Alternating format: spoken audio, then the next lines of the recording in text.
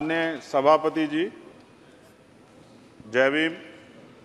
महामहिम राष्ट्रपति जी के अभिभाषण पर धन्यवाद प्रस्ताव पर बोलने को आपने मुझे अवसर दिया, इसके लिए मैं आपका आभारी हूं। सभापति महोदय, सर्वप्रथम मैं बहुजन समाज में जन्मे सभी संतों, गुरुओं, महान पुरुषों को नमन करता हूं, जिनमें महात्मा ज्योतिबा फूले, डॉक्टर बाबा साहब अम्बेडकर और मान्यवर काशीराम साहब को मैं याद भी करता हूं आज के दिन पर।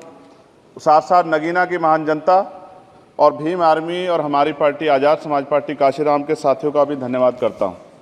इसके बाद अपने कुल गुरु जगत गुरु सदगुरु रविदास जी महाराज को भी मैं नमन करता हूं, जिन्होंने दुनिया को लगभग 600 साल पहले बेगमपुरा शहर के रूप में दुनिया का सबसे महान लोकतांत्रिक दर्शन दिया। अध्यक्ष महोदय, माननीय सभापति जी, 14 अगस्त 1947 को ये देश अंग्रेजों के अधीन था। 15 अगस्त 1947 को हम लोग आज़ाद हुए। 16 अगस्त 1947 को देश आज़ादी में था, लेकिन धन धरती राजपाट में बंटवारा नहीं हुआ। जो साधन संसाधन थे उनमें बंटवारा सही रूप से न होने के कारण एक बहुत बड़ी आबादी सुविधाओं से वंचित और सम्मान से वंचित रह गई। उनको सम्मान देने के लिए और अंतिम व्यक्ति तक सुविधाएं पहुंचे, इसके लिए लोकतंत्र की व्यवस्था हुई। लेकिन आज़ादी के 70 साल बाद भी हम कहाँ खड़े हैं, इस पर ये चिंता का विषय है। मैं मानता हूं कि सामाजिक न्याय तभी होगा माननीय सभापति जी, जब जातीय जनगणना पूरी होगी और जातीय जनगणना कराई जाएगी और साथ साथ संख्या के आधार पर आरक्षण जो है वंचित वर्गों का बढ़ाया जाएगा। उसके साथ साथ जब राष्ट्रपति जी अभिभाषण पर बात रख रही थी तो उन्होंने शहरी और ग्रामीण क्षेत्रों के विकास की बात कही और ये भी कहा कि दुनिया में सबसे उत्तम शहर हमारे यहाँ बने।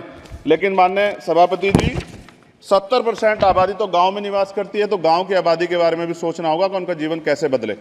माननीय सभापति जी, उच्च शैक्षणिक संस्थानों में बहुजन समाज के जो छात्र हैं उनके साथ कास्ट एट्रोसिटी हो रही है, निरंतर उनकी हत्या हो रही है।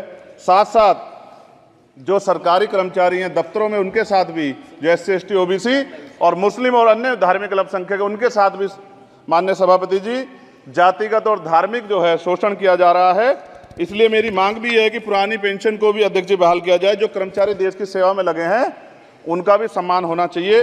साथ साथ सभापति जी, भाजपा ने चुनावी लाभ के लिए सबका साथ सबका विकास के नारे दिए जो खोखले हैं, क्योंकि 10 साल में दलित, पिछड़े, आदिवासी, मुस्लिम और अन्य धार्मिक अल्पसंख्यक के जो अत्याचार हुए हैं वो किससे छिपे हुए नहीं हैं। ये गलत है, ये बंद होना चाहिए।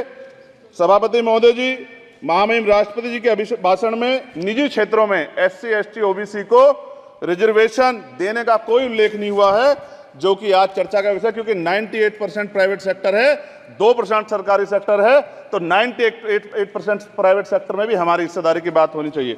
माननीय सभापति जी, आशा कार्यकर्ताओं, आंगनबाड़ी वर्करों, भोजन माताओं के वेतन वृद्धि पे भी कोई उल्लेख नहीं हुआ है, वो भी अभी नंगे, उन पर भी सोचना पड़ेगा। माननीय सभापति जी, जिस क्षेत्र से मैं चुन के आऊँ नगीना से, वो बहुत पिछड़ा क्षेत्र है। उस क्षेत्र में कोई विशेष आर्थिक पैकेज नहीं दिया गया, रोजगार की सेवाएं नहीं है, नौजवान पलायन करता है।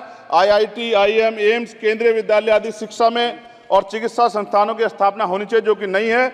और माननीय सभापति जी, मानसून सत्र आ गया है, मेरा क्षेत्र बाढ़ से बहुत प्रभावित है, इसलिए मैं आपसे आग्रह करूंगा कि वहां के लोगों को बाढ़ से निजात दिलाई जाए। माननीय सभापति जी, चीन हमें आंख दिखा रहा है और लगातार हमारे देश की सीमाओं में घुसपैठ कर रहा है, इसलिए अग्निवीर योजना को हटाकर पुनः सेना भर्ती शुरू की जाए और साथ साथ भारत की सबसे प्राचीन व बहादुर रेजिमेंट में से एक चमार रेजिमेंट को पुनः बहाल करा जाए, ऐसा भी मेरा आपसे आग्रह है। माननीय सभापति जी, पिछले सारे प्रधानमंत्रियों ने मिलकर जितना कर्ज लिया है उससे दुगना कर्ज हमारे वर्तमान के प्रधानमंत्री जी ने लिया है। किसान अगर अपना कर्ज माफ कराने के लिए जाता है तो लाठी झेलनी पड़ती है, जबकि सरकार ने धन्ना सेठों का 15 लाख करोड़ रुपए माफ किया है। इस ओर हमें ध्यान देना पड़ेगा, हमारी आने वाली पीढ़ियों को ये कर्ज चुकाना पड़ेगा। माननीय सभापति महोदय जी, किसानों को MSP की लीगल गारंटी तथा किसानों का कर्ज माफ होना चाहिए। साथ साथ 2 अप्रैल 2018 को SC ST के बच्चों पे बहुत बड़े पैमाने पे मुकदमे लगे थे, वो हमारी लड़ाई सही थी, ये सुप्रीम कोर्ट ने माना और बाद में सरकार ने माना, वो मुकदमे तुरंत वापिस होने चाहिए। माननीय सभापति जी, प्रेस जो है उस पर भी शिकंजा कसा जा रहा है।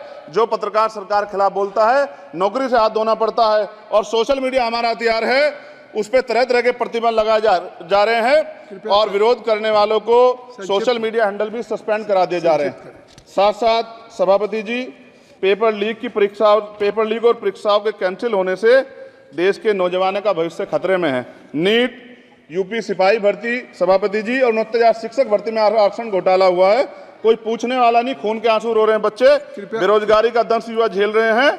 इसलिए मेरा आग्रह है कि युवाओं के लिए कृपया समाप्त करें चंद्रशेखर। माननीय सभापति जी, मैं पहली बार बोल रहा हूं, आप कहेंगे मैं बैठ जाऊंगा, मैं आपकी बात, मैं संवैधानिक मर्यादा का पालन करूंगा, मगर हम तो माननीय सभापति जी सुन ही रहे हैं। आप बोलिए, 1 मिनट। धन्यवाद। 1 मिनट और बोलिए। अध्यक्ष सभापति जी, नारी सम्मान की बात करने वाली सरकार, हमने मणिपुर देखा सर, हमने पहलवान बेटियों का हर्ष देखा सर, और हमने सर हाथरस की बेटी का हर्ष देखा सर, और हाथरस के परिवार को जो वादा किया था सरकार ने वो भी पूरा नहीं किया।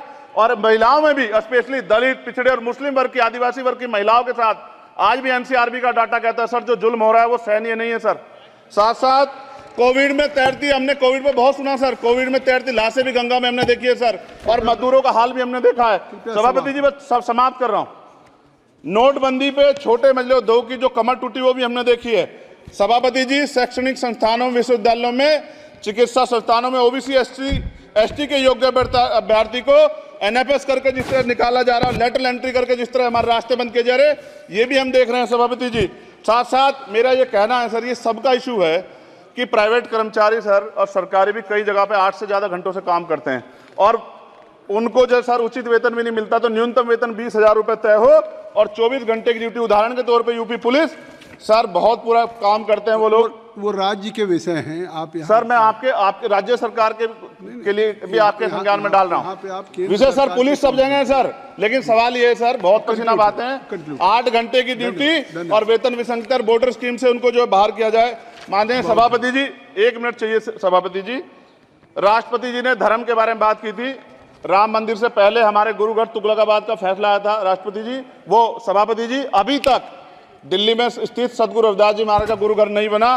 साथ साथ सभापति जी, अपनी बात को खत्म करते हुए मैं आपसे कहना चाहता हूं कि जितना देश दूसरों का है सर, इतना हमारा भी है। हम मरने के लिए पैदा नहीं हुए, जो चाहता है हमारी हत्या कर देता है। मूछें रखने पे, घोड़ी पे बैठने पे, मटकी छूने पे हमारी हत्या हो रही है। क्या बदला है सर 70 साल बाद भी? दलित, पिछड़े, मुसलमानों पे हिंसा नहीं रुक रही है सर। मेरा आपसे संरक्षण के साथ ये आग्रह है कि इन घटनाओं को रोका जाए, और देश किसी की बपोती नहीं है, देश संविधान से चलता है सर, और संविधान से चलेगा, संविधान छेड़खानी बर्दाश्त नहीं की जाएगी सर। धन्यवाद।